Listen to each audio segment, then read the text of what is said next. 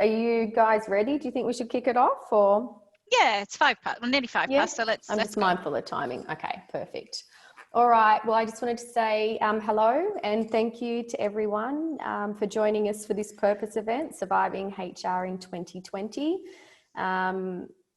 Just a little bit of housekeeping to start off with. The recording of this event will be available for download post today. It will generally take around 1 week. So if for whatever reason your colleagues haven't been able to make it today, or you just want to listen to it again, you'll be able to listen to it as many times as you like. So 1 week from today, you'll be able to watch that as many times as you like.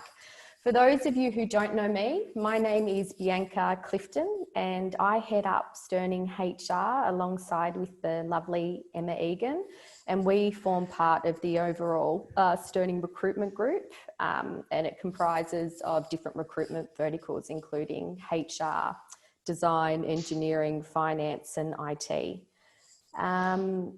During the session today, it's going to be quite interactive. So if you have your phones handy, there will be some polling throughout the session. If you have any questions that you'd like to ask Helen, if you toggle down to the bottom of your screen, there's a little Q&A box there. So if you want to pop any questions that you have into there, and at the end of the session, we should have roughly around 10 minutes or so, depending on how we're going with timing, for Helen to be able to answer those questions if she hasn't already answered them throughout the session. We're very excited to have Helen, thank you Helen, speaking for us today. Helen's worked for organisations such as Kraft Foods, Coca-Cola, Amatil, and is now the Chief Human Resources Officer at Jones Lang LaSalle Asia Pac. Helen leads a team of over 400 HR professionals that manages the people strategy for 43,000 employees across the region. Helen's passion, if you don't know Helen, her passion and enthusiasm for people is refreshing. Her commitment and faith to the bigger picture, coupled with her resilience, empathy and determination, is what makes her the impressive leader that she is today. So when COVID-19 hit, there wasn't any question in my mind as to who we needed to hear from during this extremely challenging time. So today is all about you, the HR professional.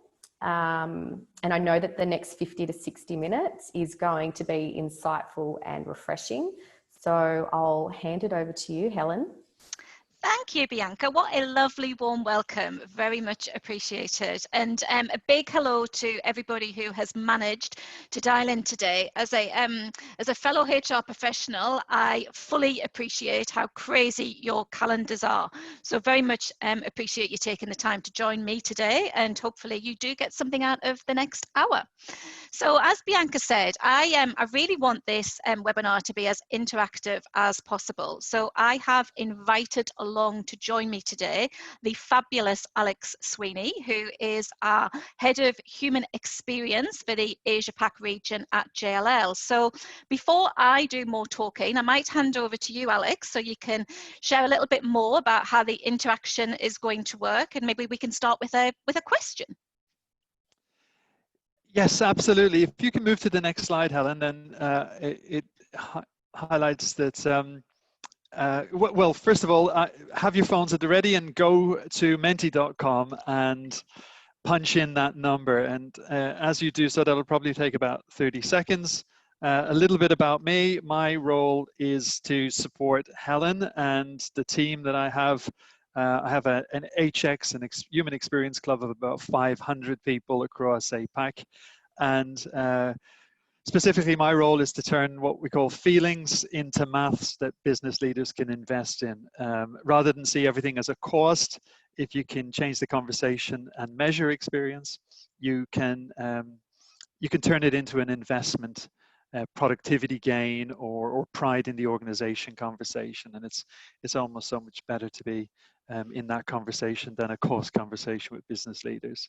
So that's really my role. We're going to have just a little bit of fun. It's going to be very light. I'm going to take the screen from you now, Helen, and go to this. So hopefully you can all see it.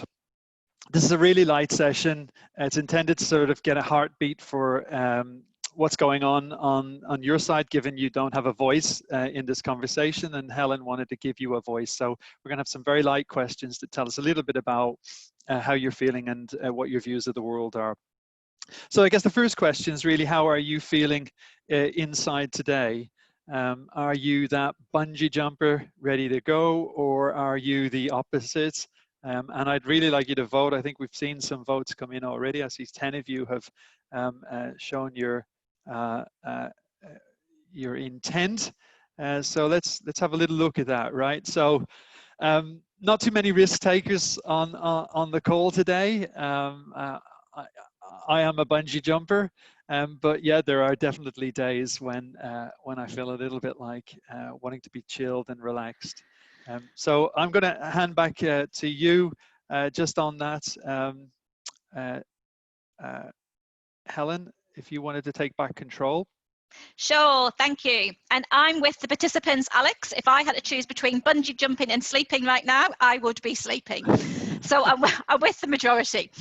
All right, so guys, I don't know how you felt in January, but when I reflect back to January, I can tell you I bounced into the new year. I'd had a lovely break over the Christmas holidays, and I was really excited about the year to come.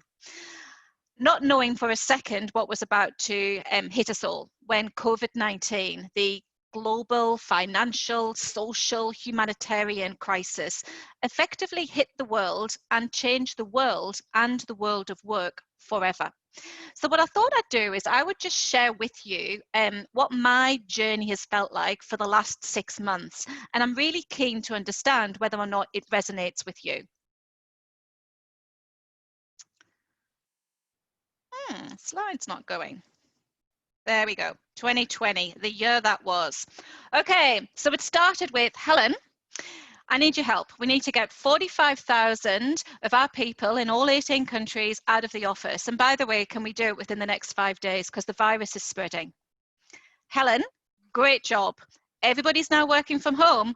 But Helen, do you think they know how to work from home? What can HR do to help set our people up so they can actually be productive remotely? Helen, we're attracting a lot of talent at the moment. Do you know how we're going to do this? How are we going to continue to recruit? And how on earth are we going to onboard them remotely? Helen, we had a great plan scheduled for 2020 around learning and development. Can you and your team just pivot that entire program to a virtual platform? And is there any chance you could get that done this month? Helen, our people have been working from home for quite some time now. Do you think we need to invest in their well-being? Do you think they're okay? Their physical, their mental, their social, their financial well-being? Helen, still care about employees' well-being, but productivity has started to dip. I think our people are burning out. What do you think? What can we do? Helen, some of our leaders are doing a good job managing through this crisis. Others look like they're struggling. Can you help?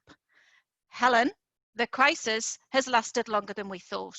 We're going to need some support in cost cutting. Let's start with the temporary measures. What can you and your team do to support us? Helen, the virus has lasted much longer than we thought. We actually need to start making some permanent cost reductions. I need your support on redundancies. Helen, we spent a lot of time focusing internally, supporting the organisation. Do you think we're doing enough giving back to the community? What should we do around corporate responsibility? Helen, we can now start getting our people back into the office. I'm not really sure they all want to come back. What do we need to do about flexibility? It was Helen, Helen, Helen, Helen. The demands for the first 6 months of this year have been, quite frankly, overwhelming when it comes to me and my team. And I don't know about you, but there's been many a day that I've sat back and thought, I actually don't have enough hands for the plates that I am spinning. And there's other days I sit back and I think, I'm called human resources because freaking miracle worker isn't a job title yet. And when I think back and reflect, and I talk to my team in HR at JLL, and I talk to a lot of HR professionals across the region, 2020 has been both a combination of HR professionals feeling sheer exhilaration because actually they have never been in so much demand. They've never been so valued, but also sheer exhaustion because the amount of requests that have come our way have truly been quite overwhelming. So that was kind of a snapshot in terms of what it's felt like to be me over the last 6 months. And Alex, I'm interested whether that may have resonated with some of our attendees today. Okay, well, let's find out really. Hopefully you can all see that screen, and I really would be very interested to sort of learn from you about how you felt so far about 2020. What's on balance been your feelings in the matter? I see we've got 9 votes coming in there now. I know we've got more that can contribute their answers. So if you're looking at this online on your phone, if you can enter more of your responses, I greatly appreciate that. So we've got 13. It's slightly digressing. In Leesman Research, actually, they're the largest independent institute in the world. Females have done better in all age groups than male in terms of a sense of productivity at home. They've had higher senses of productivity, and they've also felt more connected than men. And that might sort of tell us a story about the social nature of women and how much perhaps harder or they are able, or better they are able to cope and be resilient. So we've got 14 responses. I'm just going to show those responses. And okay, so we've pretty balanced. I think slightly more overwhelmed, which I think is natural, but also a lot of learning in that journey. I think let's move to the next question. We're going to have 2 here. So looking forward, so in terms of where you see the next quarter to the end of this year and maybe into Q1 of next year. Oh, I didn't hide the results, but let's see them. Let's just let them build as you enter your responses. So a bit of a competition between positively optimistic and cautiously optimistic at the moment. What's good to see is nobody's hit the not at all optimistic, but interesting, right? So there we go. We've been getting about what, 13, 14 responses. So I guess that's a pretty balanced view, right? So it looks like cautiously optimistic is just winning the day, and I guess that's probably a pretty good gauge on where the sentiment is when we've also polled other people in the matter. So Helen, I'm going to hand it back to you there now. Let me just minimize this. Oh, you're taking it back. Good for you. There you go. Look at that, Alex. We're showing our tech skills. Wow. All right. Go, girl. So, okay. So part of, from my perspective, guys, I truly believe that part of the role of a HR professional is that we need to be the energy and the strength for not just ourselves, but for others in the organization. And that's really, really hard to do when your own personal energy tank is only ever half full. So if you take nothing else from this webinar today, I want you to remember one thing, which is looking after yourself needs to be your #1 priority, because actually you are a human being before you are a HR professional. And whilst a lot of leaders are referring to HR as the superheroes at the moment, even superheroes need fuel. So really, really important. So people say to me, okay, Helen, well, what do you do? You know, you've had all of these demands placed on you. How do you make sure that you stay full of energy, full of optimism and positivity?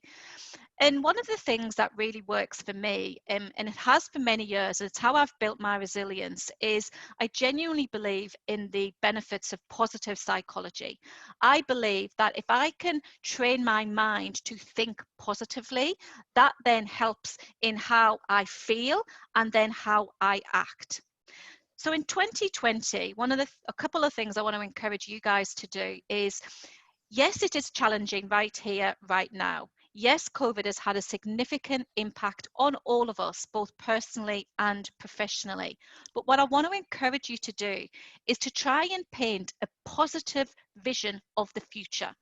So try to reimagine, as we come out of this crisis, which we will, what will the world look like? What will your organization look like? And what will be the really, really positive opportunities that will exist for you as a HR professional? So think longer term.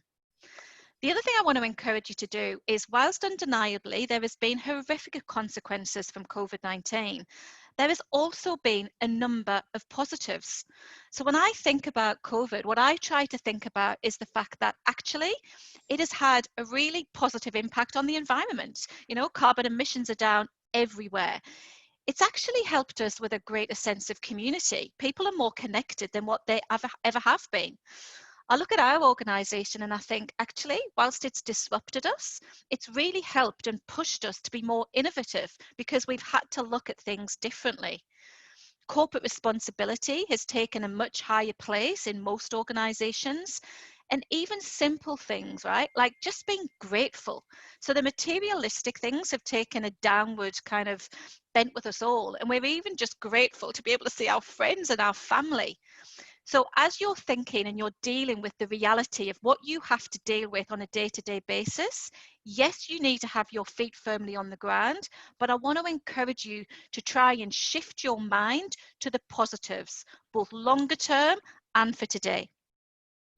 And the final thing around positive psychology is, whilst we do have really difficult jobs because we've got to manage all of the emotions of everybody else around us, we actually also need to remember that we need to have fun and we need to ensure that we have enjoyment in life.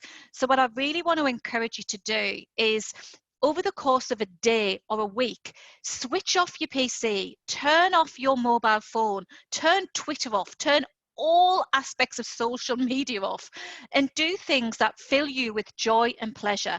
That might be taking a walk, it might be doing some cooking, it might be hanging out with your friends. Whatever it may be, you need to make sure that you get that balance right. Now, some people may say, you know, Helen, these three are fairly basic, right? They're 101 tips in terms of how do you ensure that you're looking after yourself and your own self-care. And you'd be right, they are. But my experience of HR professionals is we tend to put everybody else ahead of ourselves. We look after everybody else at the expense of ourselves. And that can be really detrimental to you in the long run. So what I want you to do is I want you to promise yourself that when you leave this webinar today, you'll take 10 minutes out to think and reflect. Am I doing enough to look after my physical well-being? I started Pilates this year. I'm not very good at it, but I started it as part of my kind of promise to myself that I'll keep my energy levels up so I could support the rest of the organization. I want you to think about what you're doing for your own mental well-being. This year, I started mindfulness for the first time. I downloaded the Headspace app, and at the end of every day, I switch off from the world. And I guarantee you, if you can start to engage in those kind of routines, you will start to feel the benefits immediately. And the other thing I'd say is, you know, HR can be a really lonely job. So we have a lot of confidential information that sits with us. You know, when you go back to some of the asks of the business, we're dealing with people's lives. We're having to reduce hours. We're having to reduce salaries. In some instances, we're having to, you know, release people from their roles and activate redundancies. That can weigh on your mind. And whilst you can't always share confidential information, having a really good peer group around you is hugely important. So make sure you talk to other people and you have people that you can confide in and that you can trust. So I want you to promise me that the one thing, if nothing else, you take out of this webinar today is you remember that you are a human being before you are a HR professional, and before you can be a source of energy and strength for others, you need to make sure you're fueling your whole energy tank. Alrighty, so let's assume you've listened to me and let's assume we are nailing the self-care. Then the other thing as HR professionals in 2020 we've got to focus on is managing our workloads. How do we actually manage all of the different demands that are coming our way? And for me, what I try and do is I try and change that question. And the question I ask myself, and I ask that of my team, is what should we be focusing on in times of uncertainty? Because I think prior to COVID-19, I think businesses used to look at HR functions, and they used to think that, you know, success was based on how efficient we're making the organization. And, you know, what's the degree of employee satisfaction or experience that we're helping to drive. I actually think right now, what business leaders are looking for out of their HR functions is our ability to act with speed, our ability to demonstrate our agility, and our ability to actually give a quality of response in terms of how do we help them both today to get through what has been effectively the worst crisis in the last 100 years, but also to help them plan for the future. So be under no illusion, guys, that you have a unique opportunity in your career to demonstrate the true value that a HR professional can bring to an organization. So what I want you to encourage you to do is don't just continue to demonstrate the skills that the business has always seen you demonstrate. If you do that, you are wasting an opportunity. What I think we all need to be doing right now is absolutely supporting the organization to keep the wheels turning. Support the organization and what they need to do today to support the business. And that goes back to a lot of what we ran through kind of 10 minutes ago, helping to make sure our people feel supported, they're productive, they feel like they're being looked after, we've got a good learning curriculum, etc., etc.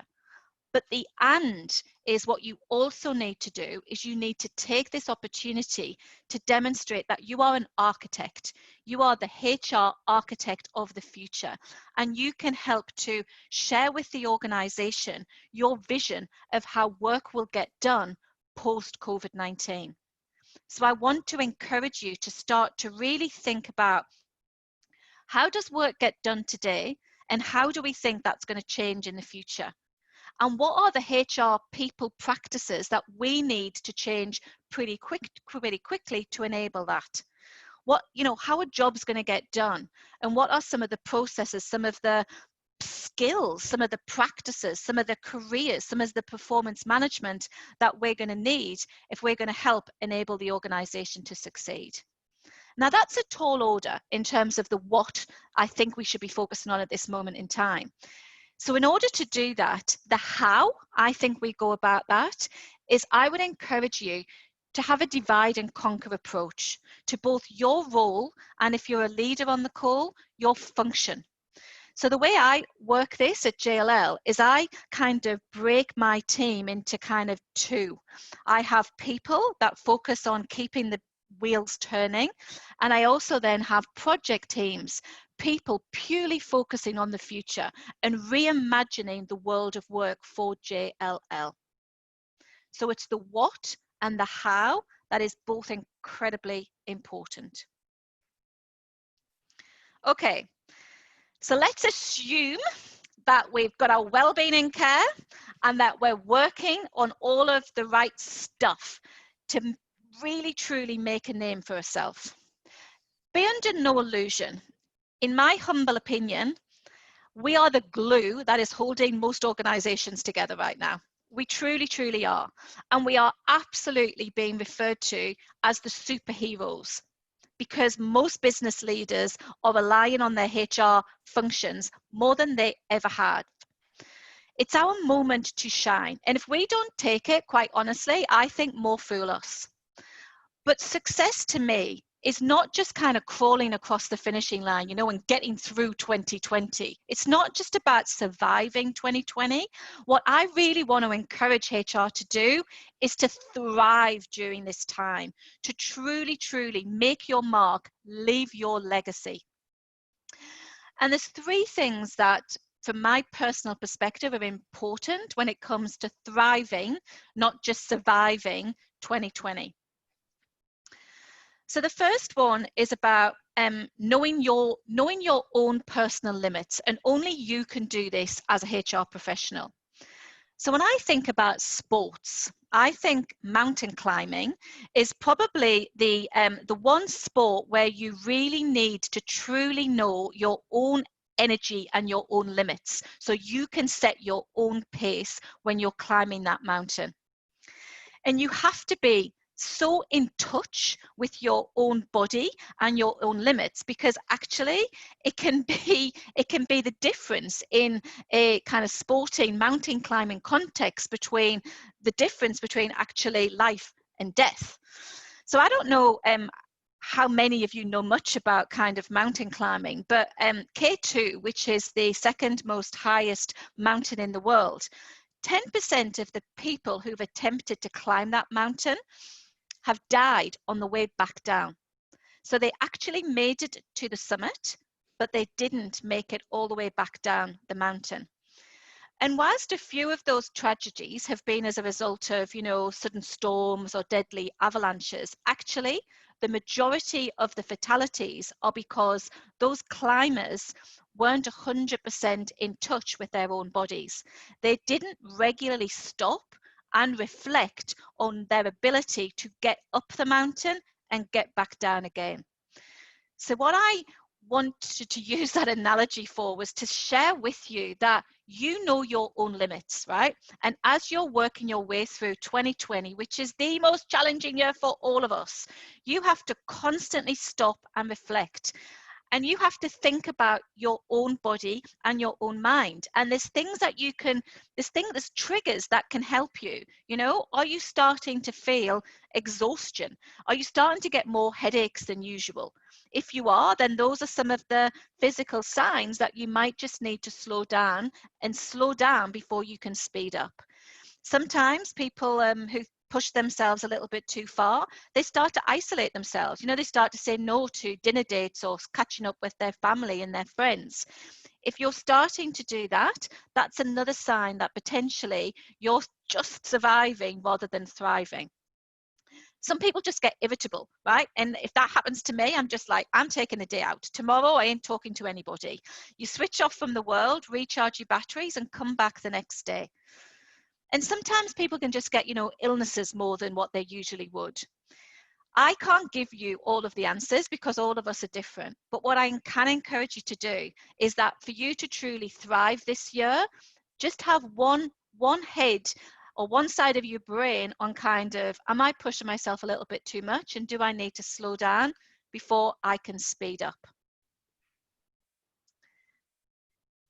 The other really, really, really important lesson for me, which I learned many, many years ago, that I really want to remind you all as HR professionals to truly stop and listen to, is the lesson around perspective. Bianca shared with you that, I worked for Coca-Cola for 10 years. And there was an old CEO at Coca-Cola that gave a speech to the company that stuck with me forever. And I just want to read you a very short excerpt from that, and then I'll explain the why. So what he said was, imagine life as a game where you're juggling 5 balls in the air. You name them work, family, health, friends, and spirit. And you're keeping all of those balls in the air at the same time. What you will soon understand is that work is a rubber ball. If you drop it, it will bounce back. But the other 4 balls, family, health, friends, and spirit, they're made of glass. If you drop one of these, they will be irrevocably scuffed, marked, nicked, damaged, or even shattered. They will never, ever be the same. You must understand that. And with that, what you must do is strive for balance in your life. And I think that's really, really important, because as a HR professional, we tend to want to help everybody else. That's just part of our nature. That's part of why we are in the HR profession. And that's a brilliant trait for all of us to have. We need to have that. But we also need to remember that we are human beings first, and we have families outside of what we do professionally. So you have to put things into perspective. And I really want to encourage you to not risk your family, your health, your spirit, your friends at the kind of extent of your job. We are not saving lives. We're very important. We are the superheroes at the moment, but we're not saving lives. So please, please, please have some perspective. And the final thing for me in terms of thriving, not just surviving 2020, is laughter. So, you know, when you think back to when, when you were a child, children laugh hundreds of times a day. But as adults, life tends to be so much more serious, and it's certainly been much more serious in 2020. So what I want to encourage you to do is find those opportunities where actually humor and laughter can just form part of your everyday, because it really does help with your emotional health, and it really does help strengthen relationships, and it will help you find additional happiness both in what you do as a HR professional, but also outside of your professional job. Now, sometimes, people go, but Helen, you can't, everyone expects us to be really, really serious, and we're dealing with serious things at the moment. And I go, yes, we are, right? But there are so many things that actually, even within our own profession, I encourage my team to just laugh at. There's so many HR memes out there. Pick a few of them and just share them with your colleagues and actually have some fun amongst yourselves if you can't do it with your business. And this is the one I absolutely love. Like now and again, if I'm struggling and I just need to break the ice, I'm like, let's just forget, right? Like, can we just remember, I'm HR, I am always right, never wrong. And it usually breaks the ice, and it usually gets a bit of a laugh with even the most staunchest of our business leaders. So before I hand back to Alex, I've spoke a lot, and I know there's quite a bit that I've shared with you. So I just wanted to summarize it onto one page for you, which is when it comes to positive psychology and religion and resilience, I want to encourage you to have a positive vision of the future. Focus on the positives versus just the negatives coming out of COVID-19. Find joy and have fun in what you do. And promise me that you'll invest in your own physical and mental well-being, because you can't be that source of energy and strength to others unless you do. When it comes to managing your workloads, be the HR architect. Take this unique opportunity in the history of your career to really leave your impact and leave your legacy on the business. You have an opportunity to help the organization fundamentally transform the world of work and how we do work. You won't have this opportunity again for a little while, so take it, seize it, and do your best. And if you need to understand or you need help in how to do that, divide and conquer.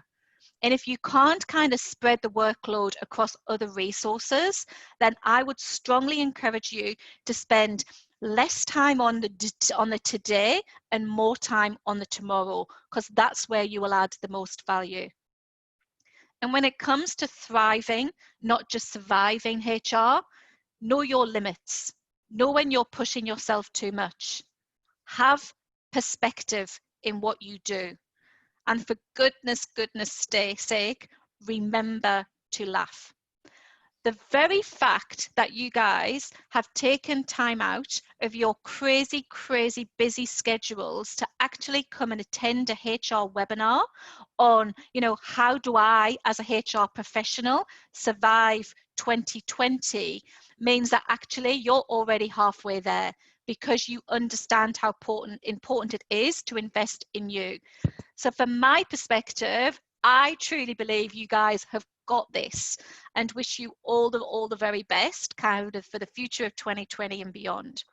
So with that, I think we might hand back to Alex to just have a couple of more interactive questions. Thank you, Helen. And I'm going to break slightly with protocol. I wrote something down on my napkin, and maybe I'll just share it with the group because Helen's too humble to do that. But I don't work in Helen's team. I wish I did. I'm a partner alongside her. But 3 observations I just wanted to share. about Helen that I think are practical examples of what you could consider doing yourself today if you're not doing it. But the first one I've noticed about Helen is she gives teams or her individuals members access to pitch and skip a level, 1 or 2 levels above her. I see that all the time, and that's a real confidence that she has. It's not about her, it's about the team. And I've just observed that that really gives her, I know when I do it with my team, it gives a great sense of purpose. So, you know, you can gift people that opportunity right now. If it's something that you're not doing, be confident and promote your team members and grow stars. The second thing I notice about Helen is she permits people to be wrong and fail. So she creates a really safe space. And I noticed that when I joined the company last October, and that's why I spend quite a number of my days wanting to connect with her, because you can do no wrong. She makes you believe. And that's something that I would encourage you all to do. And the third thing to do is to look at your fail metrics. I call it that because it reminds me of my daughter. Used to go to auditions a lot. She's an actor. And when I met Helen, it resonated with me. She used to look at the number of knockbacks she got on failed auditions, whereas I got her to reverse and say she wasn't getting failure enough because she wasn't going to enough auditions. So get more, fail more, and that's a better metric. And I think that's something that Helen does particularly well, is that, you know, the fail or the experiment metrics that she permits the team. I love, so I'd say encourage you all to look at your metrics for success. Sorry, Helen, I'm breaking with complete protocol there. That's just something I've just written on a napkin as I've heard you speak. But these are real practical things that you can do. It's a time when you might be a bit insecure in your own role, but actually you will look better when you promote others over yourself. And that's an important thing to remember.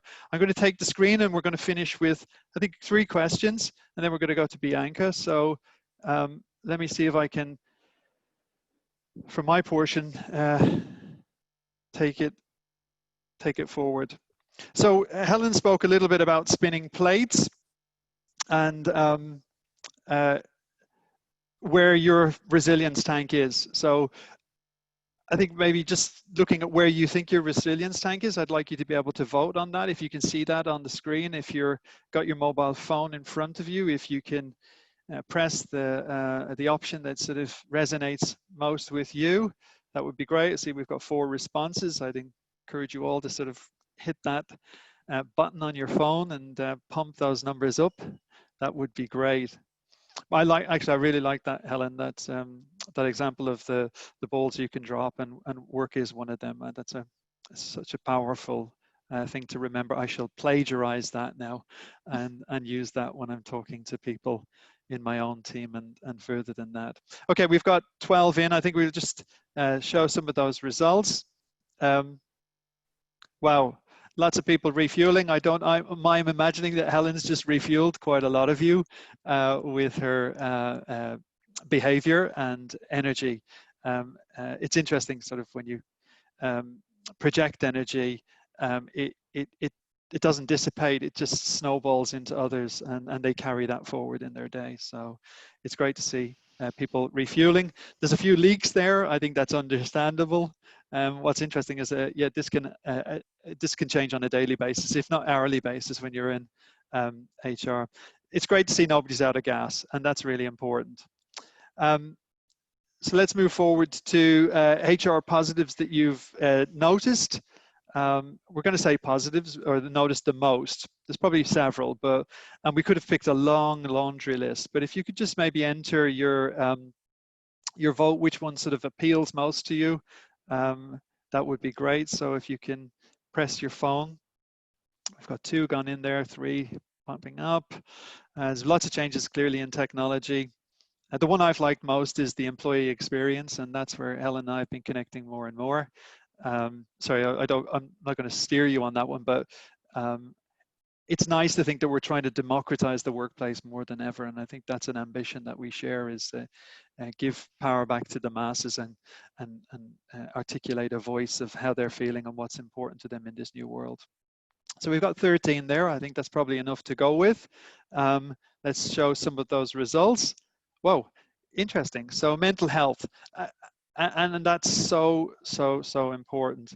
And technology, again, a great many people have felt that they've been more productive, as I said earlier, and more connected.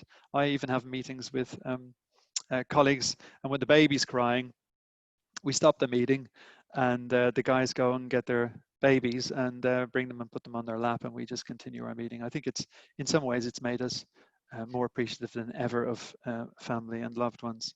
And we're going to go then to the last question, and this is an open text one, and we'd like to get your views. I'm just going to leave that open. So what's resonated with most with you today? If there's a single thing that sort of stood out for you or that you identified with, if you could enter your comments, that would be great. And hopefully it's going to work. So if you're tapping away on your phone there, put whatever it was that resonated most with you, and hit the enter button and submit it. And your feedback should come up on the screen. So yeah, I think owning your responsibility, love yourself first. It's great that the Coke story really resonated. It's a great opportunity, of course, for HR to shine, and that sense of balance, right? I think perspective is the most powerful word possibly that you've used today, Helen, and it's resonated clearly with the audience. So lots of great stuff coming up. I don't know whether I can scroll down to see the screen. Yes. Clearly people have resonated with HR can be lonely. So much confident information and the importance of looking after yourself before looking after others. Being grateful. You know, just some wonderful comments. And what we'll do is we'll take these comments and learn from them as well. And certainly I know that Helen and I will circle back with Bianca and Emma post the session and try to understand what does this all mean, and what we could do, and maybe offer as follow-up sessions. Sorry, Helen, to put you under pressure. I don't know whether that's the case, but more than happy to. I do believe that I have a phrase on LinkedIn. I don't put my title because it doesn't really tell people who I am. It's called Believers Attract Belongers, and I think Helen's a shining example of a believer, and of course then I'm a belonger, and if you can project that kind of positivity, then you will always have a following. I'm going to just minimize that, and then I don't know whether Bianca there's a screen to go back to, or Helen, you want to take it back to a slide that maybe you want to just leave look, with? I just wanted to I think there's I just wanted to leave at least kind of 10 minutes at the end, and if there's no questions, that's fine. But if there was any questions, I'm happy to answer. Questions. Yeah, we've got some questions.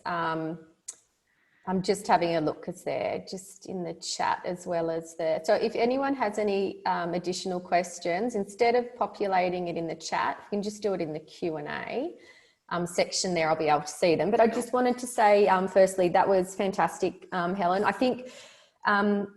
Like Alex and myself, we're big fans of Helen's, and I think the reason I mentioned earlier is I sought Helen out to have this conversation to you HR professionals, because I was having so many conversations with individuals at all different levels in HR who were just so under the pump and so stressed, and trying to, like Helen said, trying to leverage and take the opportunity to do what they could, but also just being so overwhelmed with everything.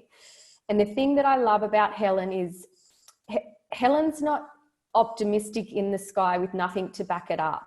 So everything that she shared today, and I will urge you can, like I said, this will be available a week from now, so you can watch it as many times as you like. If you go back and you look at every area that she's mentioned today, it's going to take time to look at it and review it and to reflect, but it is all about you and your mindset and what you do or what you can become out of this. It really will depend on you looking at all of those different areas, because it is challenging, but we can make something good come from this. And it's not to say that it's not stressful and it's not overwhelming, but there are ways to shape things and to look at things differently. And I think Helen's in a short amount of time has given a lot of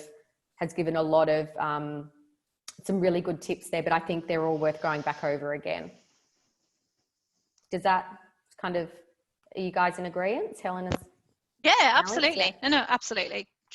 Covered quite a bit, but yeah, hopefully there's a couple of top tips. And even if you just take one away that resonated with you, it's just, as I said earlier, it's so easy for HR people to kind of continue to focus on the business and everybody else. And we need to do that. That's our role. That's what the business expects of us. I'm just a firm believer that you can't do that unless you look after yourself. That's kind of my philosophy. So I spend a lot of time at JLL making sure that my team are looking after themselves, and that they feel supported and positive and recognized, and they truly believe, there's a question in here around how do we motivate ourselves to keep employees motivated. I think one of the reasons, or one of the things that I do what really truly motivates me and my team is I look at the difference we're making.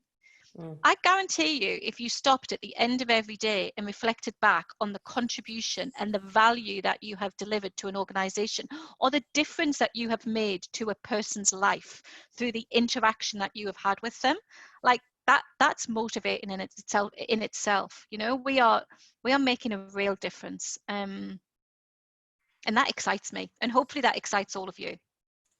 So I'll just look at go to some of these questions now. I've got a question here. Do you think HR will be busier in 2021, or are we setting up thriving strategies now so our work will level out? That's quite interesting. Yeah. I'd love to say that our work will level out, but I actually don't think it will. I actually think the next few years are going to be incredibly challenging for HR, but I think our focuses will change.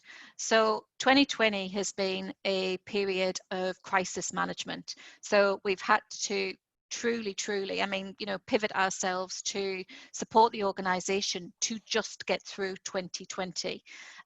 I think that, we will get a vaccine. There will be a vaccine at some point next year, and I think there will start to be a little bit more stability in the world. But we're not going to bounce back that quickly, in my humble opinion.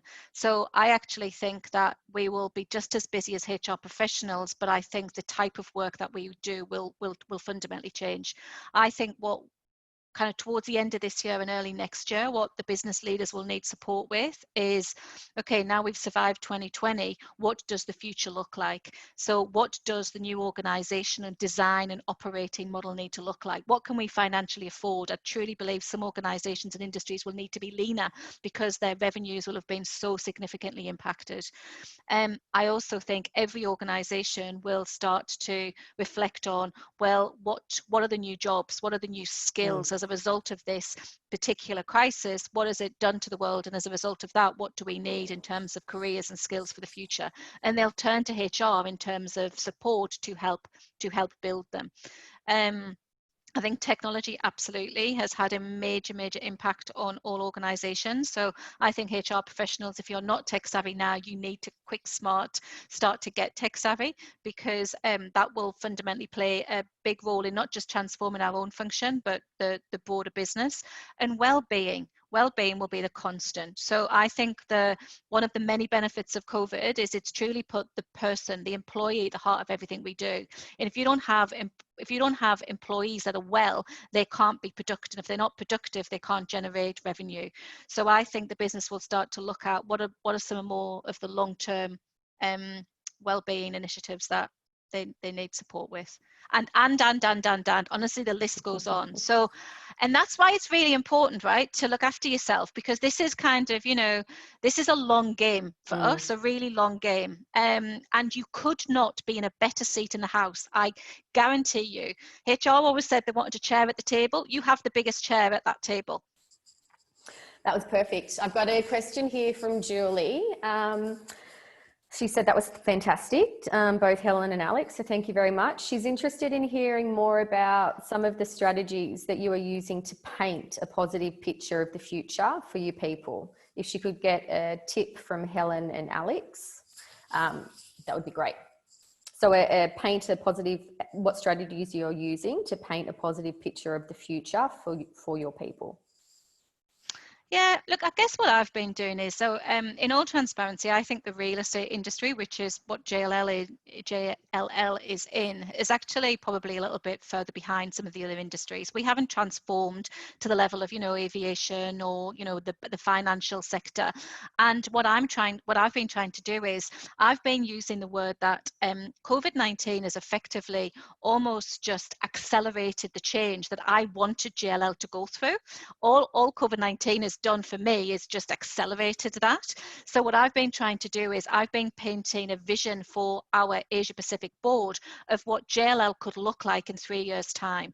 Actually, the different kind of segments that we could find ourselves operating in, the benefits actually of what technology has done to disrupt the real estate industry, the fact that we now have exposed our leaders to a certain degree. Like, we know our leaders now who are able to navigate through a crisis and be agile and transform versus those who actually can't. And that's a real benefit in itself, because actually we know now who the leaders of the future are versus the leaders of the past. So that's what I've been doing. I've been trying to pick up snippets and put them at the CEO's desk and put them on the table of the board to say, look what we've learned from COVID-19 and look at how we can apply it to continue to ensure that JLL is successful in the future. That's what I would say. Alex? No pressure, Alex. No, thanks for the opportunity. Actually, again, just thinking aloud. The one thing when we're talking to clients, or whether we're talking to our own teams internally, is it's overwhelmingly obvious from the information that we've received back on how people are feeling, that if you look at it a certain way, there's tremendous opportunity. There's going to be more choice, there's going to be more flexibility, and in terms of well-being, there's going to be more well-being. There's going to be a democratized workplace in a way that's never been before, where the power kind of swings back to the employee. I think the only thing that's stressing us at the moment is speed. Speed of change is the stress. Because there's opportunity in this. Clearly, there's an adaptive side to it, and there will be some people that may feel they win and some people may feel that they lose, but net, I think this is just a great opportunity. We just need to help each other to get through the speed and the stress associated with this change, but recognize the destination. I have an analogy in work called the 7 steps to Workplace Fantasy Island. It's a sequential set of steps. I'm not going to go into it now, but at the end of this is a workplace fantasy island. And we just need to hold together to get to that point. That would be my take. That was fantastic. Do you know what? That could actually be another purpose event. So I'm going to follow you up on that, Alex. He's awesome. He do a great job. Yeah, no, definitely. So I think I'll just wrap up with one last question, just mindful of timing. And this is quite a good question as well. So this is from Leanne. She's curious to know how comfortable, Helen, you are in showing, because you do this, your vulnerability as the CHRO, both with your leaders, peers, and the wider Jones Lang LaSalle team during these times. What do you believe the right balance is now, knowing you will have a heavy commercial and humanistic lens? Yeah. So I think there's 2 great questions within one question. So in terms of how comfortable am I? Very comfortable. Because I actually think, I call it kind of more authenticity than vulnerability. So I truly believe that bringing your whole self to work, so not just bringing the professional to work, but your whole self. If you're going to be a successful CHRO, I truly believe that that's how you need to lead. So I'm very, very, very transparent with my team, very vulnerable with my team, very authentic with my team. It's pretty much the only way I know how to lead. And I actually think that's a strength. I truly do. And the second part of the question, it's a challenge, right? Like, do I say it's not like, is it 50-50? Is it 60-40? It's a challenge every single day, but it's the role that we need to play as HR professionals. And what I say to my team is, when decisions are being made around a board table or in a closed meeting room about things that, impact commercials, whether that's, jobs we're going to have to relinquish, or, you know, salary cuts that we might need to make. The employees in the organization don't have a voice at that table. The only person that is representing the employee is the HR lead, and that's their job. So they need to make sure that they have the courage and the right voice and the strength of voice to make sure that in every conversation, they don't allow businesses to just take the commercial lens and sometimes easier options. It's your job to make sure that you get that balance right, because nobody can do it other than you. It's a huge responsibility, but it's also a huge privilege. Perfect. How are we going with time? Do you want to fit one more in, or it's coming up to? We've got 60 seconds. So yeah, okay. So I just want to say thank you so much again, Helen. It's been fantastic. And just with what you spoke about at the end with being your true self, that's why we've had you speak, because that's at Sterling, that's who we are. And the fact that you can do that as a HR leader and take that with you and surround your employees with that, and executives with that, and drive that at the level that you are. It's just so refreshing to hear, and I just can't wait to hear what you get up to next. So thank you. Thank you. Thanks for the opportunity, guys, and hope all of you attendees enjoyed it. Thank you, everyone, Take for care. attending. Bye-bye. Have a great We'll see day. you next time. Bye-bye, guys.